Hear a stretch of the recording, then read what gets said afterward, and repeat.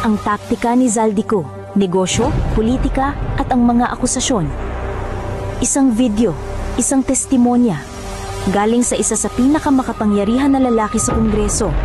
Nagdulot ito ng bagong pag-ikot sa investigasyon sa mga proyekto ng gobyerno.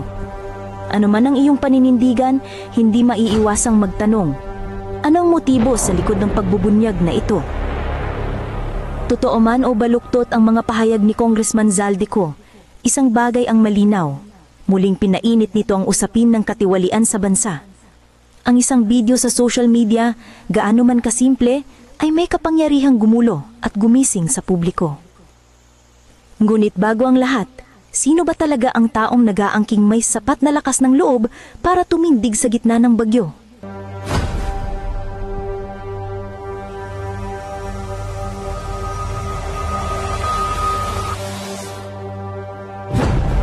Ipinakilala ni Zaldico ang kanyang sarili hindi bilang politiko, kundi bilang isang saksi. Sa kanyang testimonya, inilarawan niya ang isang sistema ng korupsyon mula sa mga district engineers hanggang sa mataas na posisyon sa Senado at Kongreso. Isang akusasyong walang pinitiling kulay na nagpapakita kung paano nauuwi sa wala ang pera ng bayan.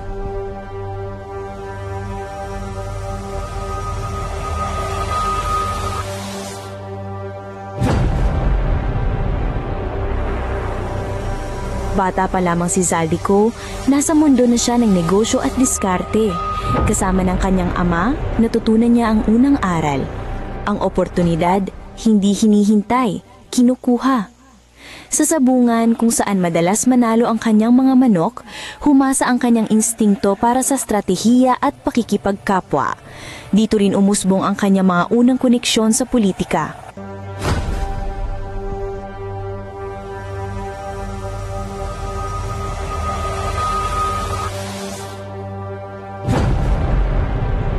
Upang disiplinahin ang batang si Zaldi, ipinasok siya ng kanyang pamilya sa seminaryo.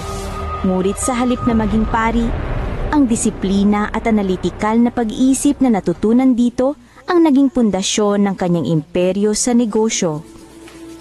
Pagbalik sa Legazpi, buong pusong tinulungan ang kanyang ama. Mula sa pagmamaneho ng truck hanggang sa pakikipagnegosasyon sa mga supplier, lahat ay kanyang pinag-aralan.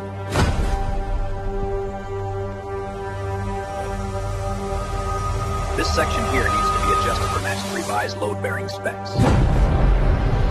Noong 1992, sa edad na 22, itinatag niya ang kanyang sariling kumpanya, ang SunWest Construction and Development Corporation. Mula sa mga maliliit na proyekto, ito ay lumago ng lumago.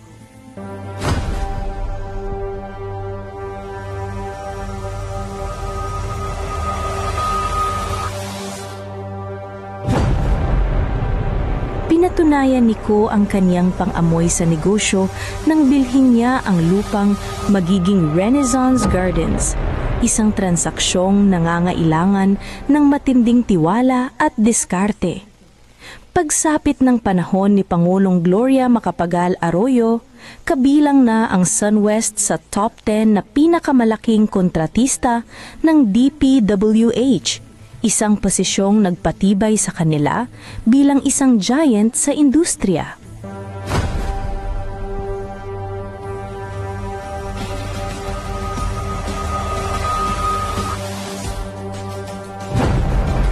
Ang kanyang imperyo ay lumawak mula sa konstruksyon patungo sa real estate at hospitality. Noong 2009, binili ng kanyang grupo ang Hyatt Regency Hotel sa Maynila, isang malinaw na tanda ng kanyang napakalaking kapital.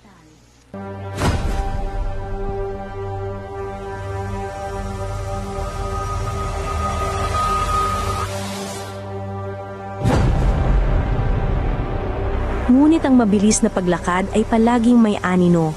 Ang pangalan ni Zaldico at ng SunWest ay paulit-ulit na nababanggit sa mga kontrobersya.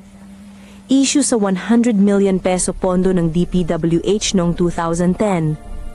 Mga aligasyon sa pag-iwas sa buwis noong 2013.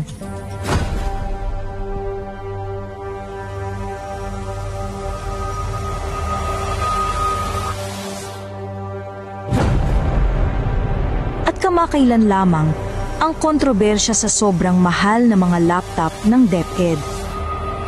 Sa kabila ng mga ito, patuloy na nakakuha ng malalaking kontrata ang kanyang kumpanya. Noong 2019, tumakbo at nanalo si Zaldico bilang kongresista. Noong 2022 pa, umakyat pa siya sa puder nang maging chairman ng makapangyarihang House Committee on Appropriations, ang komite na namamahala sa pambansang budget. Dito, ang koneksyon sa negosyo at politika ay naging direktang tuon ng mga kritiko.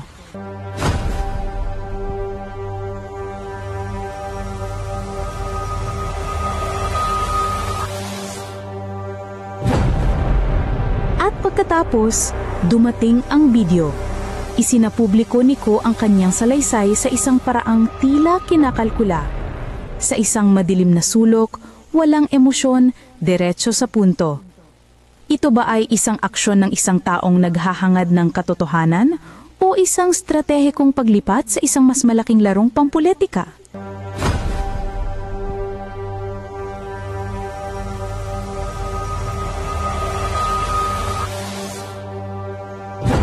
Ang kanyang mga pahayag ay nagtataas ng mas malalim na katanungan.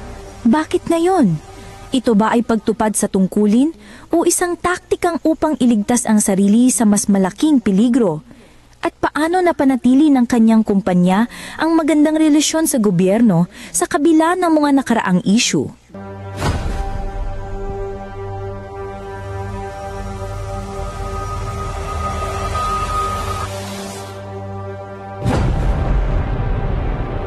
Mula sa sabungan hanggang sa Kongreso, ang kwento ni Zaldico ay isang larawan ng magkadikit na mundo ng kapangyarihan, negosyo at akusasyon.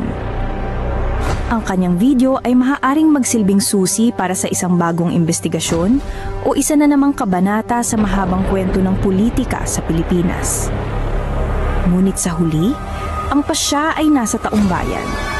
Paniniwalaan ba natin ang lalaking nagtatag ng isang imperyo mula sa wala? O hihintayin natin ang mga ebidensya na magpapatibay sa kanyang sinasabi? Sa isang labanang puno ng matatalim na sibat, ang pinakamatibay na sandata ay isang mapanuri at bukas na isip. This is a secret message. You need to know the truth.